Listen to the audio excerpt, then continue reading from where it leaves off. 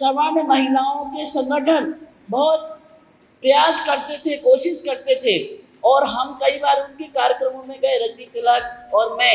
लेकिन हमने देखा कि माइक उनके पास रहता है, मंच पर वो रहती हैं, हम श्रोताओं के रूप में सामने बैठते हैं। फिर हमने यही कहा कि जब इनके हाथ में झंडा देना है तो हमारा अपना क्या, हमारा झंडा, हमारा नेतृत्व हमारे हाथ में रहेगा। दलित महिलाओं का आंदोलन की एक विशेषता है, हम घर नहीं छोड़ती, हम परिवार नहीं छोड़ती, पति से झगड़ा कर लेंगे, पति को छोड़कर नहीं जाएंगी, उसको ठीक ठाक कर लेंगी, उसी के साथ जीवन बिताएंगी और अपने बच्चों का पालन पोषण सही रूप में करेंगी। ये हमारी दलित महिलाओं की विशेष बात है। दलित का अर्थ आजकल बहुत जागरूक व्यक्ति के रूप में है। हमें शर्म नहीं आती कि हम दलित हैं, हमें दलित कहने में शर्म नहीं आती, क्योंकि दलित की परिभाषा बदल गई है। दलित वे लोग हैं जो अपने अधिकार जानते हैं, अपनी अस्मिता को जानते हैं, अपने अधिकारों को जानते हैं और अधिकार लेने का संघर्ष करना भी जानते हैं।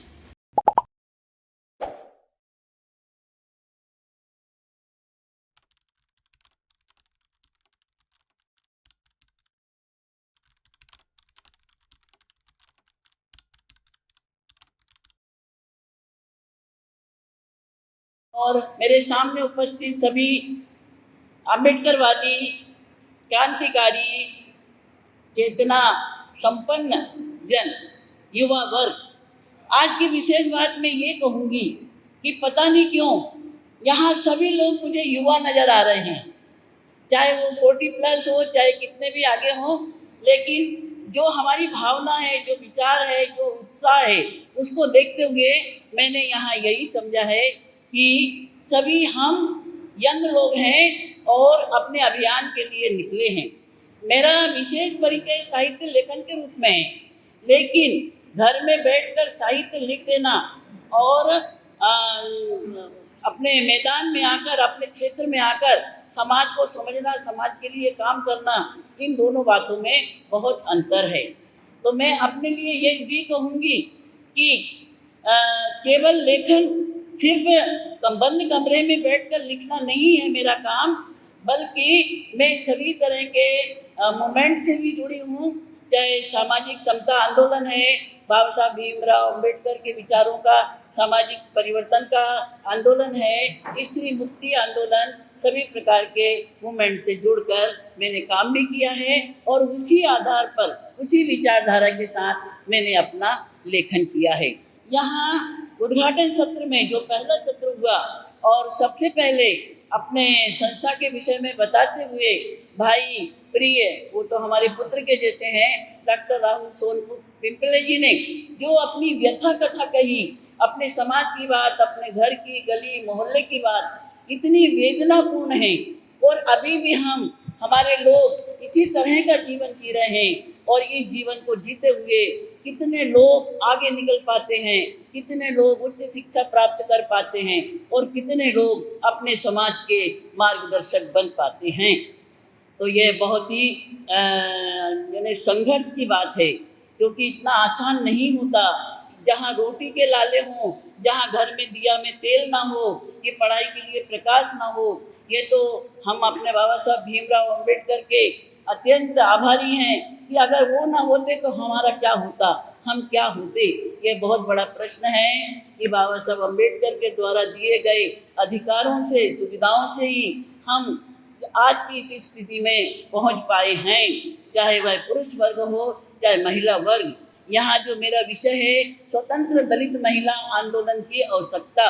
अम्बेडकरवादी जो समाज है बहुत प्रगति कर चुका है, कर रहा है, कर चुका है। आज किसी भी ऑफिस में जाएंगे, किसी भी बड़े संस्थान में जाएंगे तो टेबल के सामने पट्टियाँ, नेम प्लेट लगी होती है, तो हमारे अपने लोग होते हैं, देखकर बहुत खुशी होती है। तो हमारी महिलाएं इस समाज की प्रगति में कहाँ हैं? सबसे पहले तो मैं जो संचालिका प्रियदर्शनी बेटी है, उसका, प्रियदर्शनी यानी बहुत सुंदर तो इसको हम सिंबल मान लें, एक प्रतीक मान लें कि हमारी बेटियां, हमारी महिलाएं भी अब समाज का मार्गदर्शन कर रही हैं। और महिलाएं, अम्बेडकरवादी समाज की महिलाएं कहीं पीछे नहीं हैं।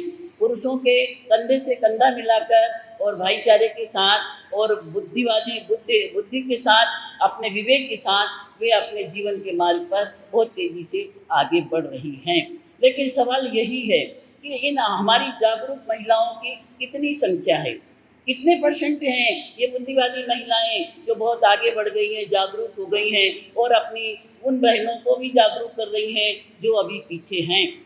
मैं स्वयं मध्य प्रदेश में जन्मी हूँ। 1954 का मेरा जन्म है।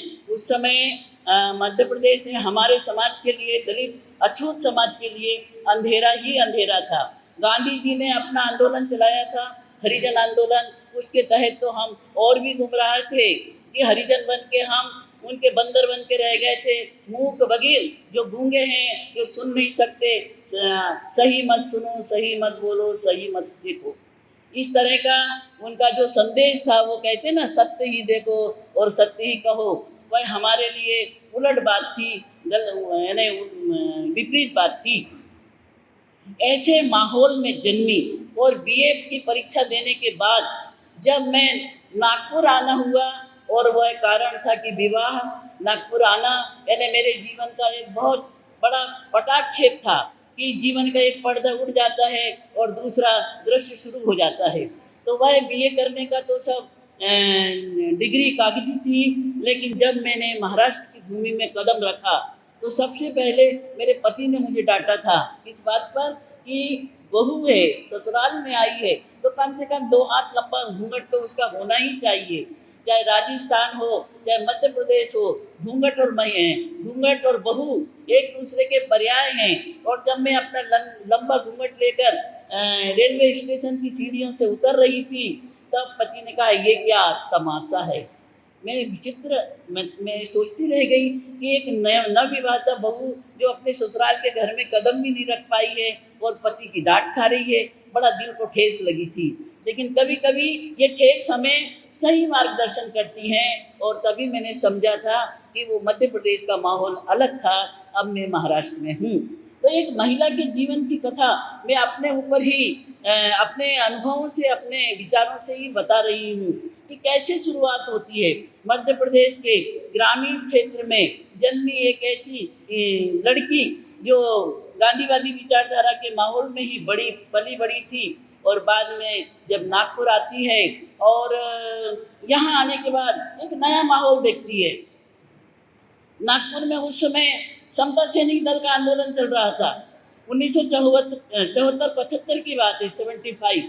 और उस समय दलित पैंथर अपना बड़े आक्रोश के साथ अपने कार्यक्रम ले रहे थे, और हमारी जागरूक दलित महिलाओं ने अपनी अलग अलग संगठन बना रखे थे, और वे महिलाओं को जागरूक करने के लगातार कार्यक्रम ले रही थी। ऐसे समय में मैं नागपुर आई थी, और हमारे ठाकुर जी स्वयं एक सामाजिक कार्यकर्ता थे। समाज के, क्योंकि हम वाल्मीकि समाज के हैं, तो सबसे पहले तो वाल्मीकि समाज की जागृति के लिए ही काम करते रहे, लेकिन धीरे धीरे अन्य समाज, सभी दलित पीड़ित समाज के लिए कार्यक्रमों में जाना, अपना मार्गदर्शन करना, इस तरह का काम चलता रहा।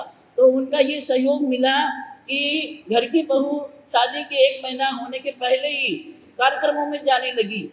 और इसी तरह साहित्यिक कार्यक्रम, लाइब्रेरी जाना, ये मेरे लिए बहुत ही अच्छे पल थे, अच्छे अवसर थे कि मुझे अपनी प्रगति का अवसर मिला।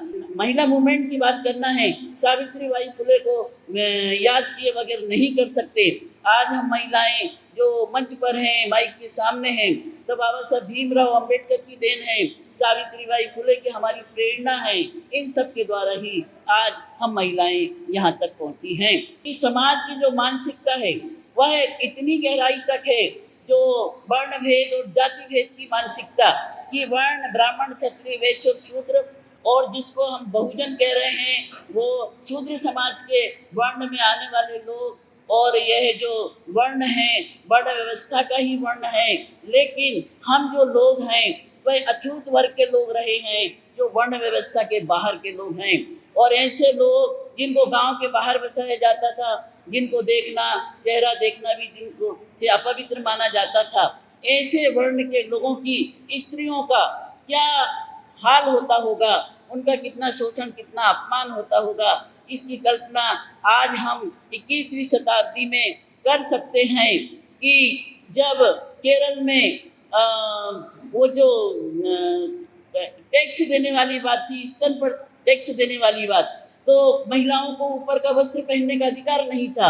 एक स्त्री ने, जिसने ये दुस्साहस किया कि वस्त्र ढाका, और उसके बाद उस पर जो टैक्स लगाया गया, उसने उस टैक्स में अपने ही शरीर के उस अंग को काट कर उन्हें दे दिया, और उसी समय वो मर गई, क्योंकि उसके शरीर का इतना अंग काटा गया था।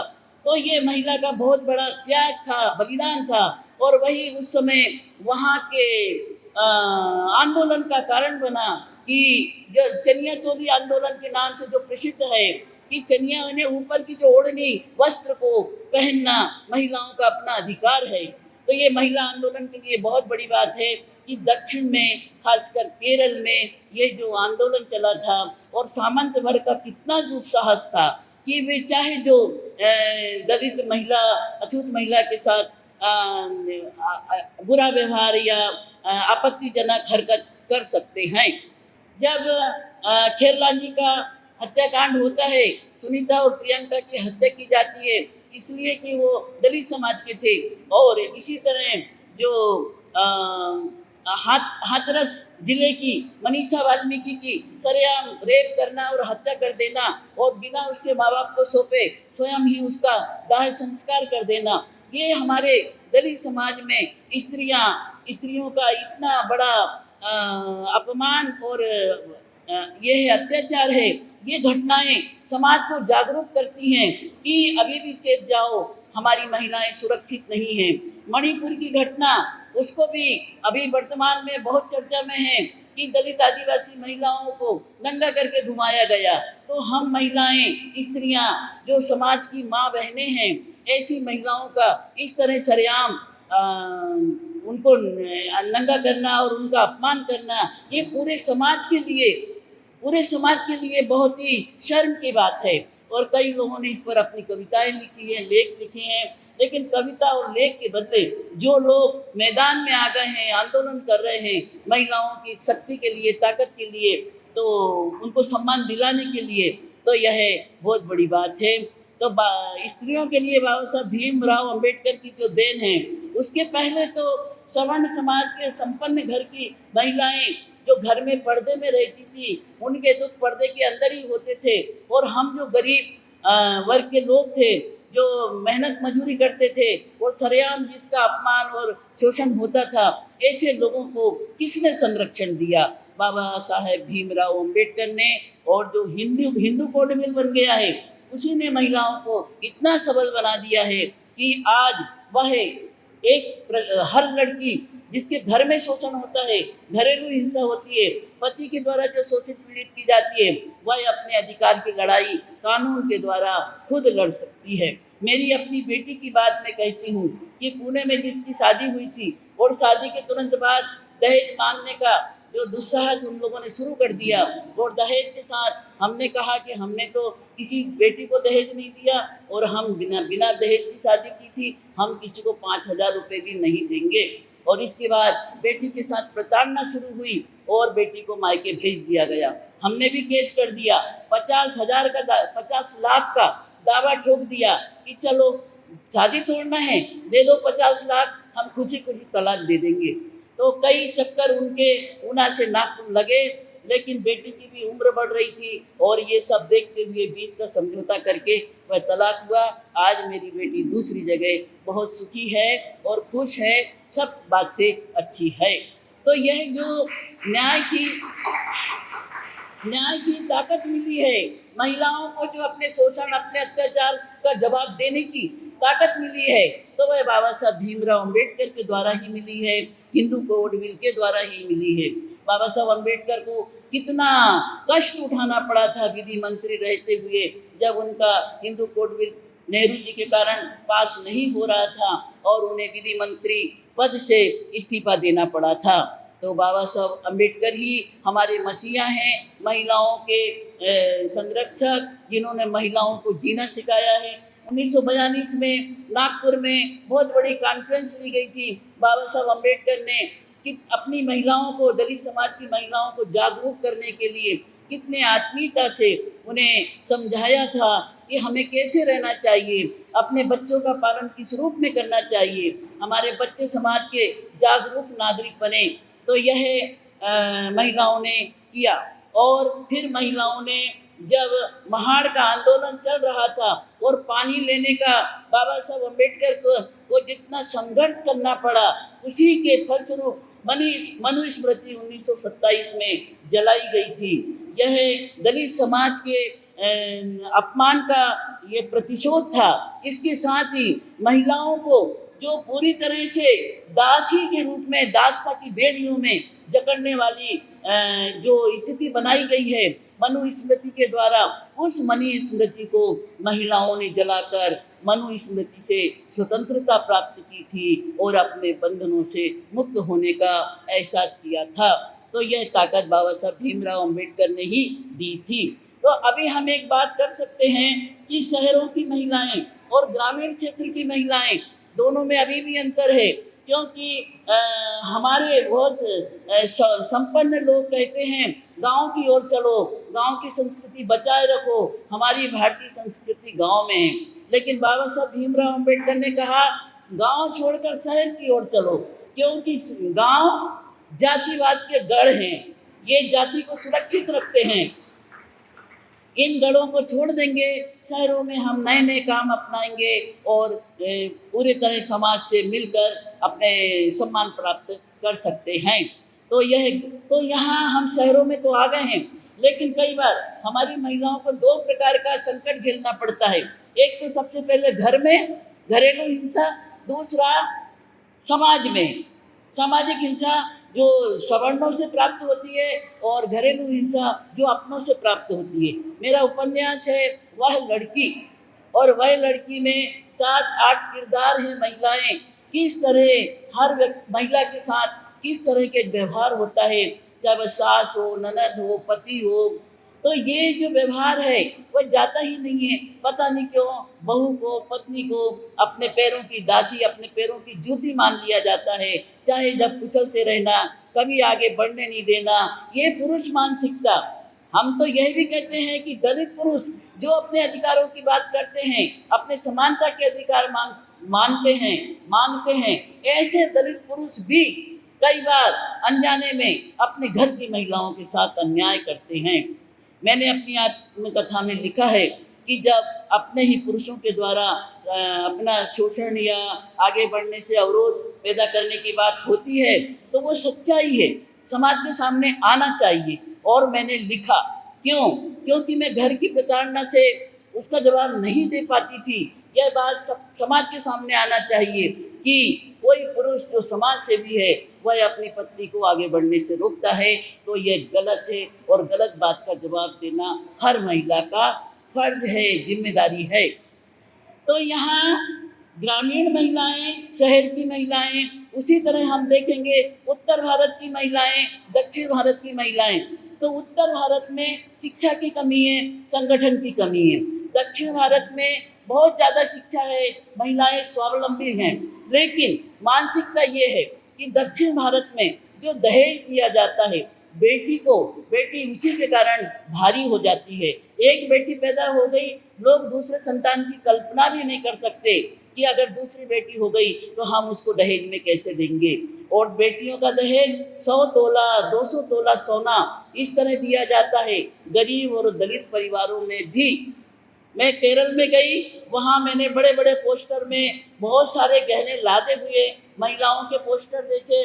मैं बहुत हैरत में पड़ी कि भाई ये तो पूरी दुकान है, इतना सब प्रकार के गहने एक ही महिला को पहना दिए गए। तो वहाँ के लोगों ने यह कहा कि ये तो आम बात है, इतना सोना पहन के यहाँ की लड़कियाँ ससुराल जाती हैं, और जिस लड़की के माँ बाप सोना नहीं दे सकते उनका क्या होता है, उनकी शादी नहीं हो पाती है। अक्सर दक्षिण की महिलाएं उत्तर भारत में आकर नौकरी करती हैं और यहीं कहीं फ्रेंड बनाकर, फ्रेंडशिप के माध्यम से शादी करके फिर वो अपना जीवन यापन करती हैं। तो ये महिलाओं के साथ बहुत बड़ा अन्याय है, और इसका उपाय यही है कि दहेज का विरोध करना चाहिए। समतावादी समाज जहाँ स्त्री और पुरुष भी बराबर होना चाहिए, बेटी और बेटा भी बराबर होना चाहिए। तो ये बेटा और बेटी बराबर होने की बात तभी आएगी जब प्रत्येक परिवार में बेटियों को पैदा होने के पहले ही सम्मान दिया जाएगा। अक्सर कन्या भ्रूण हत्या ये बहुत लंबे समय तक चला है। अभी तो कानून बन गया कि ये वारसन कन्या का नहीं किया जाएगा, ये अपराध है, लेकिन फिर भी गुप्त रूप में ये सब काम होता है। और जिसका दुष्परिणाम ये हुआ है कि हमारे समाज का जो बैलेंस है, पुरुषों की संख्या और उसके समानांतर स्त्रियों की संख्या कम हो गई है। तो यह कन्या की हत्या जन्म के पहले करना या जन्म के बाद उनको उपेक्षित रखना, यह समाज के लिए गलत है। और समाज जागरूक होगा तभी इस बात को समझेगा कि हमारी एक बेटी या दो बेटी वही हमारे लिए सूरज और चांद होना चाहिए। तो यहाँ मैं कहूँगी जागरूक बहनों की जिम्मेदारी है कि वह अपनी उन बहनों को जागरूक करें जो अभी डर रही हैं, कमज़ोर हैं या जानती नहीं हैं। और धर्मांधता, कर्मकांड, ये हमारे समाज की बहुत बड़ी रूढ़ियाँ हैं जो महिलाओं को कुंठित रखती हैं, उनके छोटे से कटघरे से बाहर निकलने नहीं देती हैं। पति की उम्र के लिए, बेटे की प्राप्ति के लिए तरह तरह के उपवास रखना, व्रत करना, अपने शरीर को कष्ट देना, स्वयं को कमज़ोर बनाना। पहले ही तो वो अबला होती हैं और कमज़ोर हो जाती हैं, फिर वो क्या जवाब देंगी, क्या सवाल करेंगी और क्या आंदोलन में भाग लेंगी। तो महिलाओं की जागृति होना बहुत ज़रूरी है। उसी के लिए हमारी महिलाएं लगातार काम कर रही हैं। स्त्री मुक्ति आंदोलन, स्त्री मुक्ति मोर्चा हर शहर में, गांव में बने हुए हैं। और इसमें कुछ महिलाओं का नाम मैं बताऊंगी कि उन्होंने काफ़ी काम किया है। तो दक्षिण प्रांतों की दहेज प्रथा, उत्तर प्रांतों में शिक्षा की कमी, स्वावलंबन की कमी और साथ ही महिलाओं में साहस की कमी। जब मैंने आत्मकथा लिखी, लोगों ने कहा कि सुशीला टागोरे जी, आपने इतनी हिम्मत कैसे की? आपके पति घर में हैं और आप अपनी आत्मकथा में घर परिवार सारी बातों को बता रही हैं। तो मैंने कहा कि मैं केवल एक स्त्री नहीं, मैं मूवमेंट की कार्यकर्ता हूँ, मूवमेंट यानी आंदोलन की कार्यकर्ता हूँ। और मैंने मंचों से महिलाओं के वेश्या उत्पीड़न और हिंसा की बातों को सुना है। तब मैं सोचती थी कि ये महिलाएं कितनी गलत हैं, अपनी घर की बातों को मंच से बता रही हैं। लेकिन आज मैं समझ सकती हूँ कि जो अन्याय करता है, अन्यायी है, वह गलत है और गलत का विरोध होना चाहिए, चाहे वह घर का व्यक्ति हो चाहे बाहर का व्यक्ति हो। केवल दलित नहीं बल्कि मुस्लिम समाज की महिलाएं, आदिवासी समाज की महिलाएं, हम सब पिछड़े वर्ग के लोग हैं, शोषित पीड़ित लोग हैं। यथार्थ में देखा जाए तो संपूर्ण नारी समाज दलित है, चाहे वह सवर्ण महिला हो, उच्च वर्ण की महिला हो, संपन्न घर की महिला हो। जो अपने अधिकार से शोषित पीड़ित रखी जाती है, जो दुर्गम स्थान पर, पीछे स्थान पर रखी जाती है, वह महिला दलित है। दलित का अर्थ आजकल बहुत जागरूक व्यक्ति के रूप में है। हमें शर्म नहीं आती कि हम दलित हैं, हमें दलित कहने में शर्म नहीं आती, क्योंकि दलित की परिभाषा बदल गई है। दलित वे लोग हैं जो अपने अधिकार जानते हैं, अपनी अस्मिता को जानते हैं, अपने अधिकारों को जानते हैं और अधिकार लेने का संघर्ष करना भी जानते हैं। तो ये हम दलितों की महिलाएं अब कमज़ोर नहीं हैं, बल्कि मुस्लिम समाज, आदिवासी समाज की जो महिलाएं हैं वे कमज़ोर हैं। उनका मार्गदर्शन करना भी हम सब महिलाओं का कर्तव्य होना चाहिए। तो परिवार और समाज में नारी संरक्षण हो, महिलाओं को आगे बढ़ने के अवसर मिलते रहें। मेरा लेखन दलित विमर्श और स्त्री विमर्श इसी आधार पर लिखा गया है। अंतरजातीय विवाह, बाबा साहब भीमराव अम्बेडकर ने कहा था, सामाजिक समता लाने के लिए अंतरजातीय विवाह सबसे उपयुक्त उपाय है। जब दो जाति के लोग, दो परिवार के लोग एक साथ मिल जाते हैं, उनकी संतान एक नया जीवन शुरू करती है, उनके सामने पिता पक्ष और मातृ पक्ष दोनों समान होते हैं और फिर वह सामाजिक समता की राह पर चलते हैं। तो यह अंतरजातीय विवाह शुरुआत हुई है मेरे घर में भी। मेरी बेटी की, बड़ी बेटी की शादी गजबीय परिवार में हुई है। छोटी बेटी की शादी एसटी बैरागी सरनेम में जिनका उरांव परिवार में हुआ है। तो इस तरह सामाजिक समता की ओर मैंने भी कदम उठाया है। बिना दहेज की अपनी बेटियों की शादी की है, जो समाज के लिए बहुत बड़ा उदाहरण रहा है। जब मेरी बड़ी बेटी की शादी गजबी परिवार में हुई थी, केवल देखने के लिए 1000 लोग हमारे रिश्तेदार वहाँ मौजूद थे कि ये कैसे करते हैं। तो हमें किस बात का डर है, बेटा बेटी राजी तो क्या करेगा काजी। तो बेटा बेटी की खुशी थी, दोनों इंजीनियर थे। आज मेरी वह बेटी और दामाद अमेरिका में हैं, दोनों वहाँ नौकरी कर रहे हैं। उनकी एकमात्र बेटी, क्योंकि एक ही बच्चा चाहिए, दूसरा बच्चा नहीं, हम इसी को बहुत अच्छी हस्ती बनाएंगे। तो इस तरह से मैंने अपने जीवन में नागपुर में आकर महिला मूवमेंट से जुड़कर, दलित मूवमेंट से जुड़कर अपने जीवन में जो सफलता पाई है, अपने समाज की महिलाओं को मैं यही संदेश देती हूँ। और कई तरह का मेरा भी विरोध होता है, लेकिन जब हमें काम करना है तो विरोध की परवाह नहीं करते, बल्कि हम आगे बढ़ते हैं। तो यहाँ घरेलू हिंसा और दहशतवाद, इसका विरोध करना हर नारी का कर्तव्य है। मध्य प्रदेश और महाराष्ट्र की भूमि में, वहाँ के वातावरण में बहुत अंतर है। जब मैं छोटी थी, अकेली बाजार भी नहीं जा सकती थी, छोटे भाई को साथ ले जाओ। अब मैं 14 साल की हूँ, 5 साल का भाई मेरी क्या रक्षा करेगा। लेकिन वो लड़का है, तुम लड़की हो, भाई को साथ लेकर जाओ। ये हमारी सामाजिक मानसिकता थी। तो इसी तरह यहाँ मैं नागपुर में आने के बाद जो महिला मूवमेंट से जिसने मुझे जोड़ा, माननीय प्रोफेसर कुमुद पावड़े जी का नाम लेना चाहती हूँ।